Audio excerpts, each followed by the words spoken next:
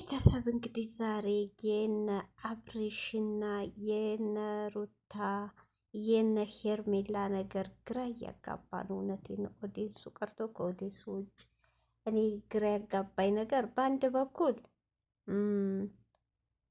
ሮማንቲክስ እያሳየ ነው አብርሽ ተብዬው ከሄርሜላ ጋር ፏ ብትን እያሉ ነው። በአንድ በኩል ደግሞ ከሩታ ጋር ስሬ ነው የሚገናኙ። በአንድ በኩል ደግሞ ኤፍሬም ተብዬው ሽማግሌ በቅርቡ ሰርግ አለ። ሩታና አብርሽ ሊታረቁ ነው። ሌላም ሴቱ ልጅ ምን እያለ ይቀባጥራል። እኛ እስቲ ማንን እንመን? ምን እየተካሄደ ነው? ሰላም አለይኩም ሀገሬ ዩቱብ ቻናል ተከታታዮቼ፣ ውዶቼ፣ ማሮቼ፣ የሀገሮቼ ልጆች በያላችሁበት ሰላማችሁ በዘዝት ይበል። እንግዲህ እስቲ ወደ አብርሽ ሲሄድ አብርሽ እንግዲህ ብዙ ሰው የተቃወመው አንዳንድ ቦታ ሳይ ለምን ስጠራ ትሄዳለህ? ለምን ቆፍጠና አትልም እየተባለ ነው። እንግዲህ አብርሽ እዚህ ጋር እኔ የመሰለኝ ስጠራው የምትሄደው ልጅ የሚባል ነገር አለ። በልጅ አስራው እንዳይሆን አብርሽ ለልጅህ ልጄን ታርቀኛለህ ብለህ ፈርቶ ከሆነ በጠራችሁ ሰዓት የምትሄደው ተሳስታል። ለመሰለህ እንደውም አንተ ቆፍጠን ብለህ ልጅህን እሷ ሳትሆን እያቀበለች እንድትሄድ እሷ ጋር መገናኘትም አያስፈልግም። ልጅህን ደግሞ የመከልከል መብት የለህም፣ መብት የላትም። ይቅርታ መብት የላትም። ህግ ፈቅዶልሃል፣ መብትም የላትም። ለሱ ከሆነ ስጠራህ ስር የምትመጣው። ስለዚህ አብርሽ እሷ በጠራችው ቁጥር በሄድክ ቁጥር የሄርሜላ ልብ ደግሞ ይሰበራል። ምንም ቢሆን ሴት ናት። ምንም ቢሆን ደግሞ እሷም ያንተ ልጅ አርግዛለች። ስለዚህ ምንድን ነው በሁለት ሴቶች መሀል ላይ እንዴት ነው ውሃ የማይዞን ፊት እየሆንክ ነው። ስለዚህ አብርሽ ቆፍጣና ሁን። ሜሪ እንዳለችህ ሜሪ አለቅላቂም ብትሆን እህቶቼ ወዳ ወድህም ብትሆን አንዳንዴ እንደው ከአስሩ አምስቱ ቁም ነገረኛ የምትናገሩ ዛሬ ጮኋበታለች። በአንዱ ቆፍጠን በል፣ አንዱን ምረጥ። በሁለቱም በዚህ የልጅህ እናት አለች፣ በዚህ ያንተን ልጅ በሆዷ ጽንስ ይዛለች። የሁለቱ ህይወት አትጫወት፣ በአንዱ አንዱን ይዘህ ቁጭ በል ብላለች። አይችልም ሜሪ።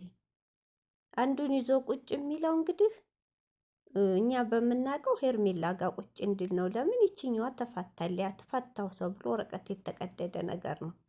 ግን እሱ ለምን ነው ሄርሜላ ሩታ ስጠራው የሚሄደው ነው። አብርሽ አንዱ አቋም ይኖር፣ ቆፍጠን በል እንደ ወንድ ልጅ። አንዴ ገብተበታል፣ ምንም ማድረግ አይቻልም።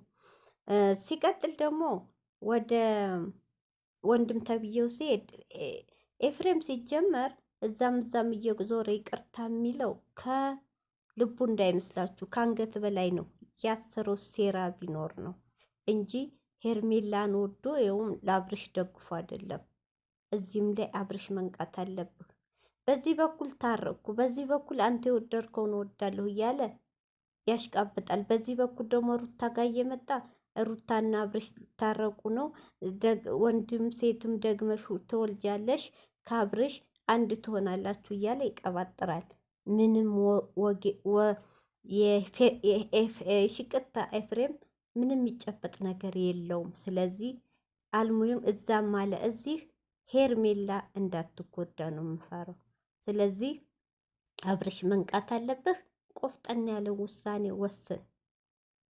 እውነቴን ነው። እኔ ግራ ገብቶኛ አሁን እሁድ እንግዲህ የዛሬውን የነገውም የዛሬው ማደራችን አናውቅም አይደል?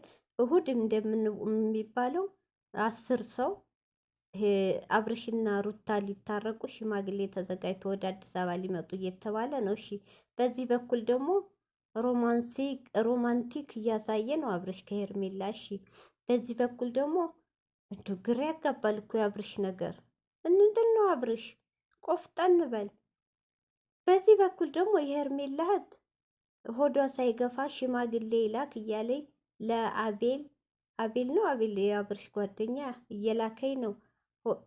ቤተሰብ እንትን ሳይል ሽማግሌ ይላክ። ሆዷ ከገፋ በኋላ ውርዴት ነው። ልክ ነው፣ ውርዴት ነው። ሆድ ተገፍቶ መቼ አርግዛም ይባላል።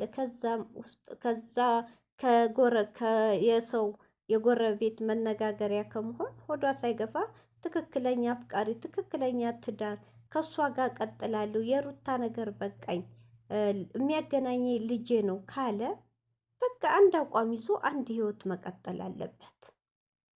ስለዚህ ልክ ነው የሄርሜላ ልክ ናት። በጊዜ ሽማግሌ መላክ ነው። ሽማግሌ ልላክ ስትል እኔ ትንሽ የጠረጠርኩት አቤል እስከዚህ ሙኗል። ለምን የሚያውቀው ነገር አለ ወይስ ምንድን ነው? አልሞየም ሁላችሁ ሩታም አለች ኤፍሬምም አለ አቤል ማንም አለምን እዚህ ላይ ተጎጂ ሄርሜላ ናት የሚመስለኝ። ሄርሜላ እኔ እንጃ በጣም ስተሰርታል። መጀመሪያም ያልተጣራ እንትን ውስጥ ነው የገባችሁ ትዳር ውስጥ። አብርሽ ደግሞ ልቡ ወደ ወዲህ እያለ ነው እህቶቼ። ሩታንም ያስባል፣ ሄርሜላንም ያስባል። ሩታ ደግሞ ከአብርሽ ተወደዋለች እህቶቼ። ወዳ ወዲህ እያለ ወጥመድ ዙሪያውን የምታሴረው አብርሽን እጇ ለማስገባት ነው። በዚህ መሀል አብርሽ እንዴት እንደፈዘዘ እንዴት እንዳልነቃ አላቅም። ሩታ አብርሽን ታፈቅረዋለች፣ ትወደዋለች። ገና ከልቧ አላወጣችውም። ነገም ዛሬም ሩታ ከአብርሽ ህይወት አትወጣም። እዚህ ጋ አሁን ቆፍጠን ብሎ ማስተካከል ያለበት ማን ነው? አብርሽ ነው። አንዱ አቋም ይኖረው። አልፈልግም፣ አንገናኝም፣ ከህይወቴ ውጪ ይልና ነገጧ ስትጠራው እንደ በግ እየተገተተ ይመጣል። እሺ ምንድን ነው ይሄ ልጅሽ አቋሙ? ቆፍጠን በል አብርሽ በቃ እንዴ! የሁለት ሰው ህይወት እኮ እያበላሸህ ነው። ወይም አንድ ሁለት ዶሬ ነው በዚህ ሀገር የሚባለው ሁለት ሮም ያዝና ፎቅና ምድር አንዷን ታች አንዷን ላይ አስቀምጠህ በቃ ሁለቱንም ማስተናግድ አማራጭ ከሌለ እንዴ! በዚህ ልስ ሴቶች አታርፉም። ሴቶች ክብራችሁን እንኳን አትጠብቁም። ሴቶች ጠንቀቅ አትሉም። ሄርሜላ በመሀል መግባቷ ስተት ነው። ጓደኛው ልሆን ተጎርቷል ብላ መጣይ፣ በዛው ፍቅር ያዛት። አፈቀርኩ ብላ መጣይ። መጀመሪያ ሄሊ ምንድን ነው ከልጁ እናት ጋር ያልጨረሰው ነገር አለ። እውነት ከልቧ አውጥቷታል፣ እሷስ ከልቧ አውጥታለች ብላ መጀመሪያ መጠንቀቅ ነበረባት ሄርሜላ። እስከ መጨረሻው በጓደኝነት ሂዳ መጨረሻ ላይ ፍቅሩ የሚደርስ ነበር። ይኸውላችሁ የቸኮለች አፍሳ ለቀመች ነው። አሁንም ይኸው ሀብላ ጽንሱ አረገዘች ከተባለ ጀምሮ ሄርሜላ ሰላም የላትም። በዛም አንዱ የአብርሽ ደጋፊ ጠሮታ፣ በዚህ የሩታ ደጋፊ ጠሮታ። እንዲህ አርጊ፣ ግማሹ ከሀገር ውጭ ይላል፣ ግማሹ ሴራ እየተጠነሰሰብሽ ነው ይላል፣ ግማሹ 1 ሚሊዮን ያለችው ሜሪ ውሸቷን ነው፣ ሴራ አስበውብሽ ነው እንዳትሄጂ ይላል። በቃ ትርምስምስ። ከነሱ ውጭ የሚወራ ድራማ የለም። እኔ እንዲህ አይነት ትዳር በአፍንጫ ይውጣ።